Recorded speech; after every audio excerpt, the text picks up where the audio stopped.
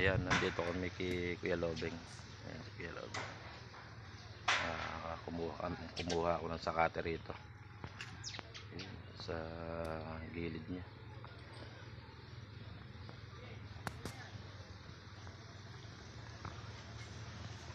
Ayan. Ito ako kumukuha pa sa dulo na yan.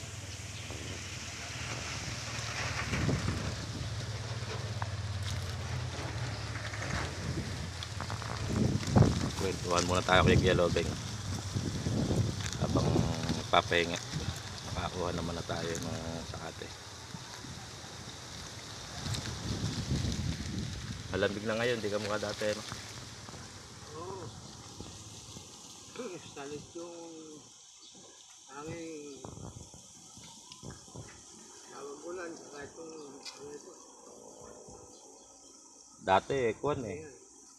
Tawag din eh. Ayan. Sobra init. Eh ngayon, susunod niya po kuwan na. Mag-uulan na niya. Hindi na iinit na. Lamig naman.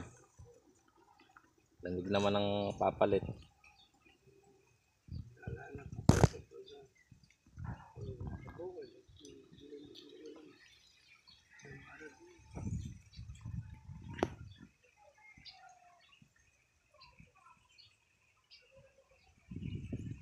Buti nga dito sa'yo, malamig at mapuno eh.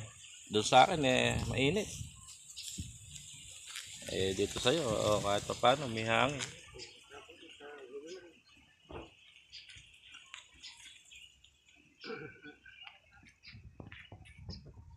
A few moments later. Nagkaroon ng butas dito.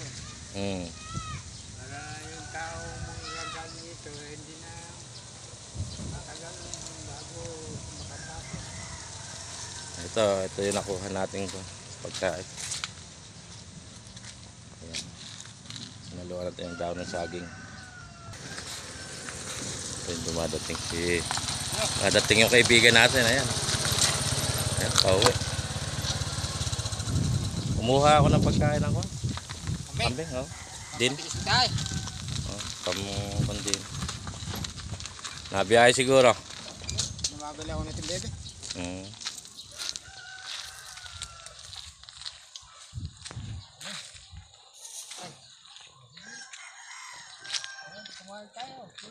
Sige, Kuya Lobeng. At nakaluto na rin sa bahay.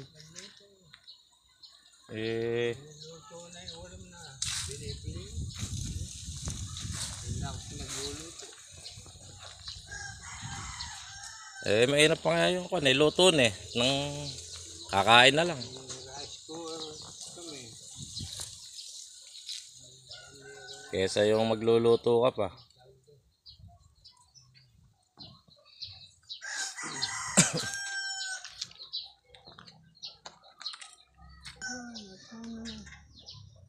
Unti-unti ko nga rin mga kunat para.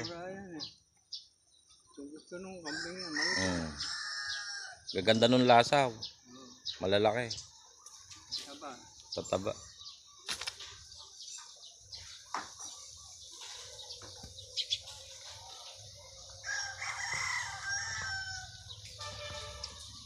Sabi sa lang, ba't makakain?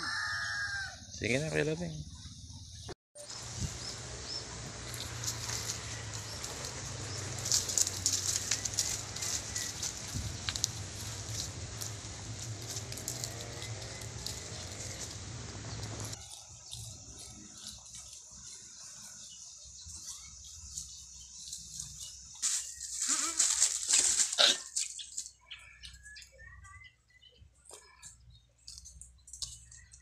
Ayan, pinakakain na natin sila para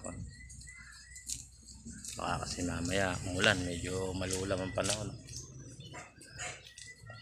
Kaya maganda busog sila para pag sinilong mamaya okay na, hindi na sila magugutom.